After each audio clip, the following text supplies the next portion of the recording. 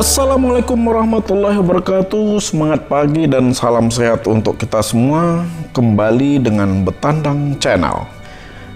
Pertemuan kita kali ini masih berkisar tentang SBMPTN yang merupakan seleksi bersama masuk perguruan tinggi negeri yang diselenggarakan oleh pihak Lembaga Tes Masuk Perguruan Tinggi atau LTMPT.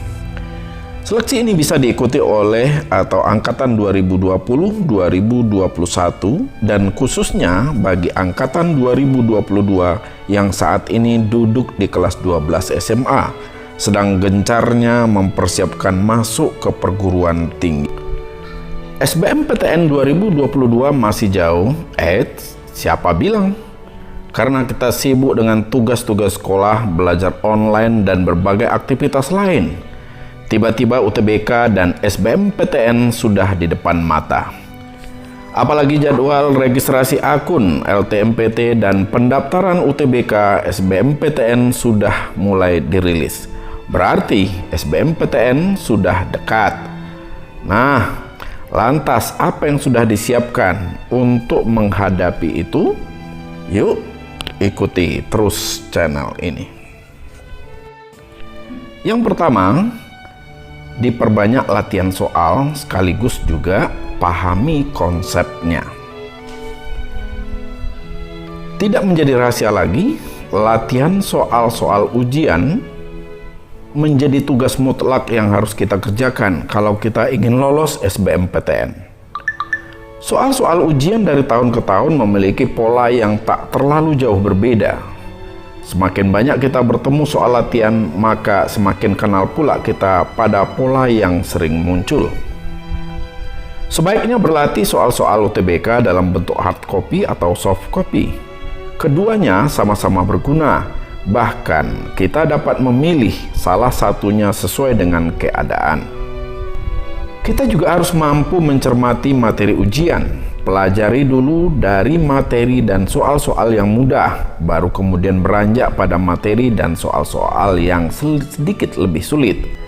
Perlu dicatat, belajar secara mandiri memang lebih menantang karena kita harus disiplin mengatur waktu. Dibutuhkan komitmen tinggi untuk mematuhi jadwal yang telah dibuat khusus untuk berlatih soal-soal UTBK. Yang kedua, ikuti tryout dan cermati skor yang diperoleh.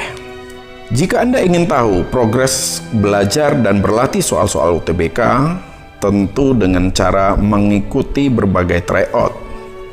Selama dalam situasi pandemi seperti sekarang, sebaiknya kita mengikuti tryout secara online saja. Asalkan jadwalnya memungkinkan, usahakan untuk mengikuti setiap tryout yang ada. Mengikuti tryout membuat kita tak hanya mengakrabkan diri dengan soal-soal ujian, tapi juga terbiasa dengan suasana ujian. Selain mengikuti TO atau tryout UTBK yang reguler yang diadakan oleh beberapa instansi misalnya, kita juga bisa belajar pembahasan soal-soal tryout yang sudah banyak ditayangkan di beberapa aplikasi.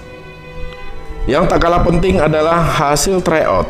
Coba lihat sudah seberapa dekat skor tryout yang diperoleh dengan skor rata yang lolos SBMPTN tahun sebelumnya pada jurusan dan PTN yang kita incar. Yang ketiga, mencari informasi sedetail dan sebanyak mungkin tentang UTBK tahun 2022. Sebelum Anda benar-benar menghadapi ujian, kita perlu mengumpulkan informasi tentang UTBK. Pastinya, kita tak akan bisa mengikuti SBMPTN tanpa lolos UTBK. Padahal, tak ada aturan yang mengharuskan UTBK setiap tahun pasti sama. Bahkan, bisa jadi ujian masuk PTN pada tahun ini berbeda dengan tahun-tahun sebelumnya. Yang keempat, pantau peluang pada jurusan dan PTN incaran, lalu petakan persaingan. Sambil menyiapkan diri menghadapi UTBK, jangan lupa untuk melakukan riset kecil-kecilan. Apa yang diriset? segala sesuatu tentang jurusan dan PTN yang kita incar. Selain skor rata yang lolos SBMPTN pada tahun sebelumnya, tak ada salahnya bila kita mencari tahu berapa banyak kuota mahasiswa baru yang tersedia, berapa jumlah peminat, dan berapa yang diterima. Kalau perlu, kita dapat memetakan persaingan masuk PTN dengan lebih baik lagi, misalnya dengan melihat tren tiap tahun pada jurusan tertentu di suatu PTN. Jurusan atau prodi pertama yang dipilih di SBMPTN layak mendapat prioritas riset kita. Dan bila memungkinkan atau sekedar ingin tahu, kita juga bisa membandingkan jurusan-jurusan di PTN lain.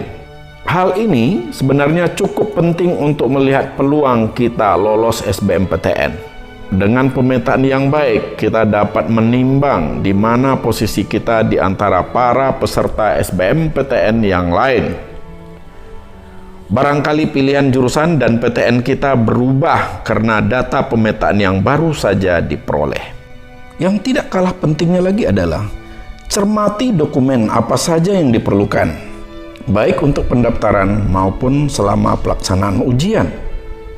Jangan sampai teledor memastikan hal-hal teknis yang cukup detail seperti ini. Sayang sekali bila kita tidak diperbolehkan memasuki ruang ujian hanya karena ketinggalan kartu peserta misalnya.